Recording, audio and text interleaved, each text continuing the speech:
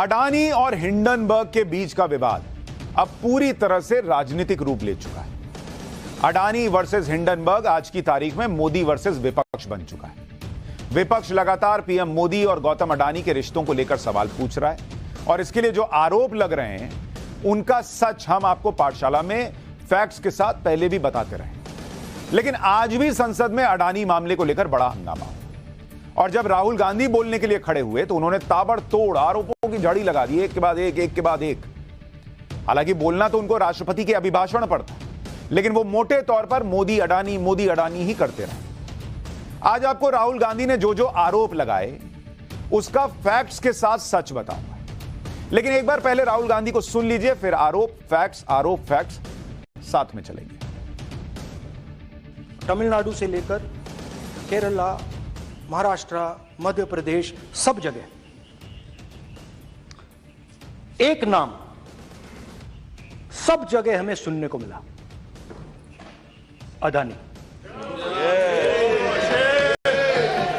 यह नाम पूरे हिंदुस्तान में अडानी का नाम लेकर राहुल गांधी ने अपने भाषण की भूमिका बांधी और इसके बाद शुरू हुआ आरोपों का सिलसिला।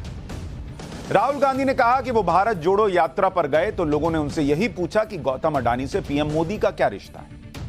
यह कहते हुए राहुल गांधी ने संसद में एक तस्वीर दिखाई जिसमें नरेंद्र मोदी गौतम अडानी के साथ दिख रहे हैं। पुरानी तस्वीर थी लेकिन वो संसद में लेकर आए। एक बार पहले वो तस्वीर देख लीजिए, फिर कुछ तस्वीरें मैं दिखाऊंगा। सबसे जरूरी सवाल, इनका हिंदुस्तान के प्रधानमंत्री के साथ क्या रिश्ता है और कैसा रिश्ता है, देश जानना चाहता है। तो देश जानना चाहता है। ये देखिए रिश्ता, ये देख लीजिए प्लीज पोस्टर माननीय सदस्य पब्लिक में सर। राहुल गांधी ने नरेंद्र मोदी के साथ गौतम अडानी की एक पुरानी तस्वीर जो जमाने से सोशल मीडिया पर है, हर जगह है, वो तस्वीर दिखाई। ये वो तस्वीर है और उनका इशारा इस तरफ था कि दोनों चूंकि साथ में बैठे हैं तो मतलब दोस्त हुए, और दोस्त हुए तो फायदा पहुंचाया गया, ये मान ले पब्लिक। लेकिन अगर अडानी के साथ या किसी बिजनेसमैन के साथ फोटो होने से ही उसे फायदा पहुंचाने का आरोप सच मान लेना चाहिए। अब इस तस्वीर का क्या मतलब है? कान में क्या बोल रहे हैं अडानी जी? दोस्त हैं क्या? और दोस्त हैं तो इसका मतलब फायदा पहुंचाया क्या? राजस्थान में तो बड़े बड़े कॉन्ट्रैक्ट मिले हुए हैं अडानी जी का, बड़ा इन्वेस्टमेंट भी है। एक और तस्वीर दिखाता हूं मैं। ये तस्वीर राहुल गांधी ने संसद में नहीं दिखाई।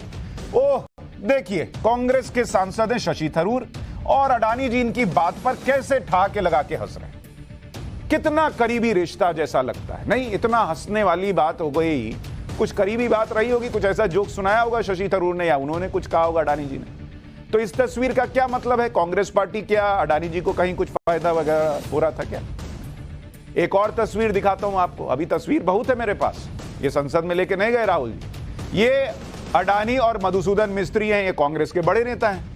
ओह देखिए किस तरह से बातचीत चल रही है, यहां भी चेहरे पर ऐसी खिलखिलाहट है, मुस्कान है।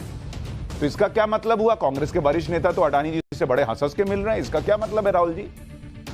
एक और तस्वीर आपको दिखाता हूं। ये तस्वीर देखिए, ये गौतम अडानी और ममता बनर्जी जी की तस्वीर है। तो क्या राहुल गांधी मानते हैं कि ममता बनर्जी और अडानी जी इनकी भी दोस्ती है और बंगाल में जो अडानी जी का इन्वेस्टमेंट है उसमें कुछ फायदा पहुंचाया गया है क्या? अच्छा, तस्वीरें जब दिखाई रहा हूं तो कुछ और दिखा देता हूं। एक तस्वीर आपको और दिखाता हूं, जरा ये तस्वीर देखिए। इसमें ये भाई साहब जो दिख रहे हैं, जो गाड़ी ड्राइव कर रहे हैं, उधर तो आपको अडानी जी दिख रहे हैं, गाड़ी पे बैठे हैं, फोन पे बात कर रहे हैं, लेकिन ये भाई साहब ड्राइव करने वाले कौन है? ये शरद पवार के भतीजे हैं। गौतम अडानी कुछ दिन पहले पिछले साल जब बारामती गए थे, अडानी एग्रीकल्चर डेवलपमेंट ट्रस्ट द्वारा बनाए गए एक साइंस पार्क का उद्घाटन करने के लिए गए थे।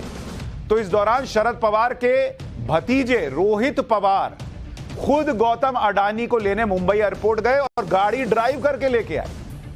तो क्या शरद पवार भी गौतम अडानी के दोस्त हैं और उन्हें कुछ फायदा पहुंचाते हैं? कुछ सेटिंग वेटिंग है क्या राहुल जी? अच्छा, राहुल गांधी जी जब इतनी तस्वीरें आपने देख ली, चलिए ये तो छोड़िए, आपको कुछ और तस्वीरें दिखाता हूं। राहुल गांधी शायद भूल गए हैं, लेकिन उद्योगपतियों के साथ नेताओं की मुलाकात का सिलसिला कोई नया नहीं है। यह परंपरा पहले से चली आ रही है। आपको एक तस्वीर ये भी दिखाता हूं। ये तो उनकी दादी जी हैं, इंदिरा गांधी, दोनों साथ में डिनर कर रहे। तो साथ में डिनर करने का मतलब क्या हुआ फिर? क्या इंदिरा गांधी सरकार में धीरूभाई अंबानी को फायदा पहुंचाया जाता था? क्या इंदिरा गांधी की सरकार अंबानी की सरकार थी क्या?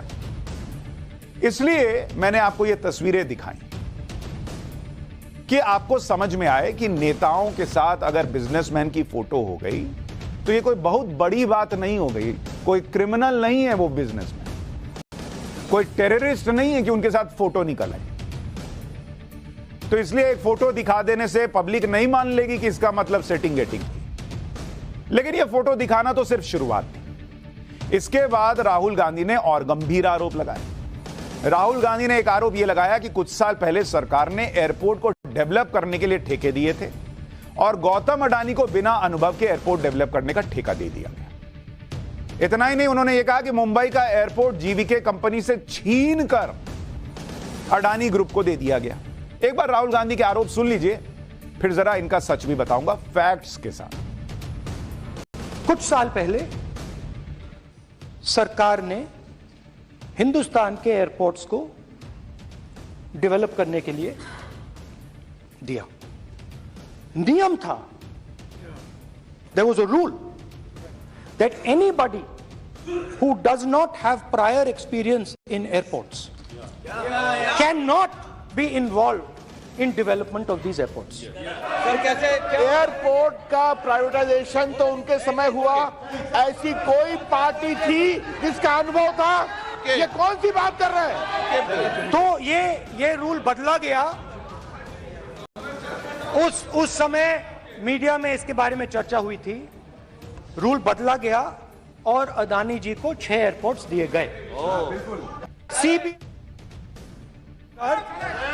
जीवीके पर दबाव डालकर हिंदुस्तान की सरकार ने उस एयरपोर्ट को अदानी जी के हाथों में कर दिया। रिजल्ट क्या आया? रिजल्ट आया कि एयरपोर्ट्स में आज अदानी जी 24% हिंदुस्तान की एयर ट्रैफिक को अपने एयरपोर्ट से निकालते हैं और 31% एयर फ्रेट उनके एयरपोर्ट्स में से निकलता है। अब यह काम हिंदुस्तान की सरकार और हिंदुस्तान के प्रधानमंत्री जी ने फैसिलिटेट किया।